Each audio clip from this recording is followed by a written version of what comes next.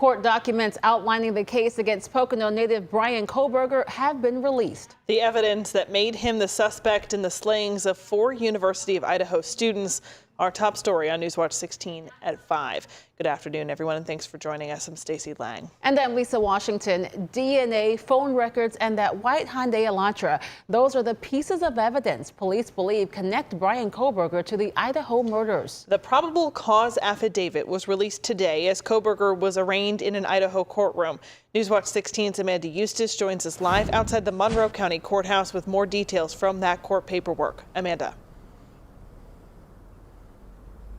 Stacey, Lisa, it's been 2 days since Bryan Kohberger waived his extradition hearing here at the Monroe County Courthouse. And since his return to Idaho, court documents outlining the case against him have been released. Now it shows that Kohberger was on police's radar not long after the murders were committed.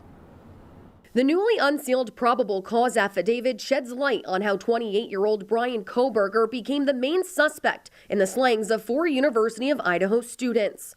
According to the affidavit, investigators linked Kohberger to the crime scene after finding a tan leather knife sheath laying next to victim Madison Mogan.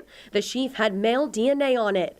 Authorities were then able to link that DNA to Bryan Kohberger after police recovered trash from the Kohberger family home in Chestnut Hill Township.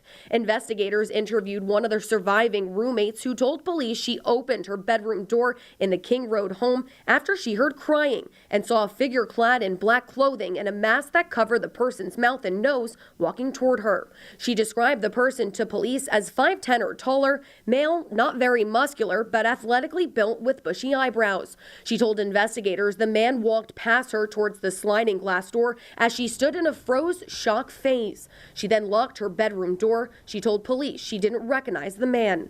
After reviewing multiple security cameras from the area of the crime, police saw the suspect's vehicle, a white Hyundai Elantra. According to the affidavit, the sedan passed the residence 3 times, then a 4th time. The car is then seen leaving the King Road home at a high speed around 4:20 a.m. This is during the time frame police believe the murders took place. Investigators then reviewed footage from nearby Washington State University campus and matched the same vehicle in the video to the one near the crime scene.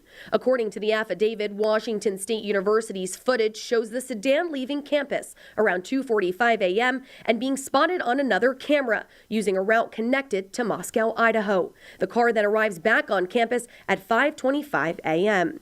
Campus police looked up the registration for the white Elantra registered at Washington State University. A 2015 white Elantra with a Pennsylvania license plate registered to Bryan Kohberger was found in Pullman in the parking lot where Kohberger lived. Kohberger's physical description is consistent with the roommate's description of the person she saw inside the home on November 13th. Police then obtained his cell phone number and started to check its data.